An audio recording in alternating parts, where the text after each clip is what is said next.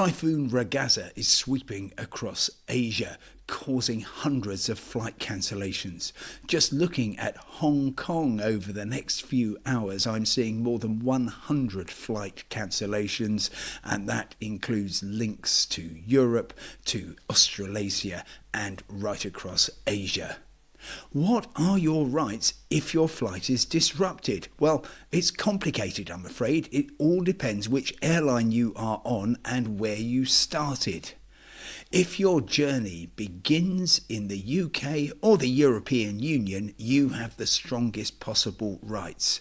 If an airline cancels your flight for any reason, it has to get you to your destination as soon as possible and provide meals and, if necessary, accommodation while you wait.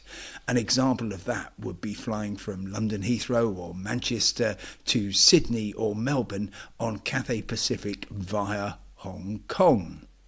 The airline is obliged to find an alternative route that might, for example, include flying via the Gulf, on Emirates via Dubai, or on Qatar Airways via Doha, and this comes as no cost to you. If, though, you are travelling in the other direction, say from Auckland or Sydney or Perth via Hong Kong to the UK, I'm afraid you have no such rights. These only apply if you are on a European or a UK airline or your flight has begun in Europe.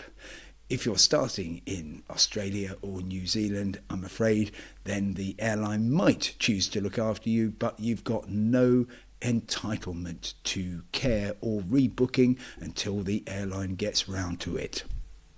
If you booked a package holiday, and that would mean through a British travel agent buying, for example, flights and accommodation in the same transaction, then you're in a strong position, because if your trip cannot go ahead because of the typhoon, you will simply get a full refund. And if anything goes awry while you are away, that becomes the travel firm, the tour operator's responsibility to help you out. If you're travelling independently and you can't see that you've got any other rights, well, all I can advise is that you try claiming under your travel insurance. But of course, that will depend on what sort of policy you have.